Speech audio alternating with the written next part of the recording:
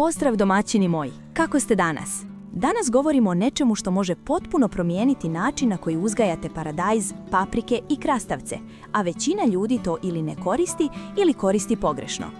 Ako ste ikada imali lijepe biljke ali slab rod ili plodove koji nikako da sazriju kako treba, vrlo je moguće da razlog nije zalijevanje nego ishrana biljaka.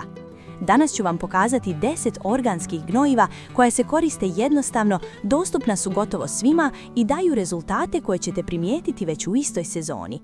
Neka od njih su dobro poznata, ali nekoliko će vas vjerovatno iznenaditi, zato gledajte do kraja. Ne govorimo o hemiji, nego o prirodnim stvarima koje hrane zemlju, jačaju korijen i pomažu biljkama da same rade ono što znaju najbolje. Dok budemo prolazili kroz listu, razmišljajte koje ste od ovih već probali, a koje ne. I slobodno napišite u komentarima svoje iskustvo, jer baš tu često leže najbolji savjeti. Ako želite zdravije biljke, više cvjetova i plodove koji su puni okusa, ovo je video koji vrijedi pogledati pažljivo, jer na kraju ću podijeliti mali trik koji mnogi preskaču, a pravi ogromnu razliku. Prvo gnojivo bez kojeg nema zdravog vrta je kompost, jer on hrani zemlju dugoročno i stvara osnovu za snažan korijen. Odmah nakon njega dolazi dobro odležan stajnjak koji daje snagu rastu, ali se mora koristiti umjereno i nikad svjež. Treće gnojivo koje se pokazalo izuzetno korisnim za cvjetanje i plodove je drveni pepeo, jer sadrži kalij, ali samo u malim količinama. Četvrto je tečno gnojivo od koprive, koje se koristi u fazi rasta i pomaže biljkama da ojačaju i postanu otpornije. Peto gnojivo koje mnogi ne očekuju je kvasac, jer on aktivira korisne mikroorganizme u zemlji i ubrzava usvajanje hranjivih materija.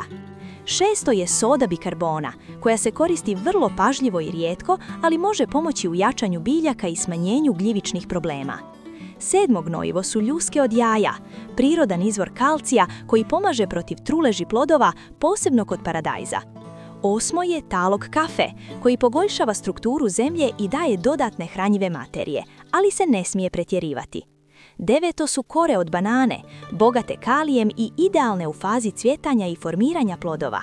Deseto gnojivo je biljni čaj, poput čaja od kamilice ili gaveza, koji se koristi za jačanje mladih biljaka i smirivanje zemlje nakon presađivanja.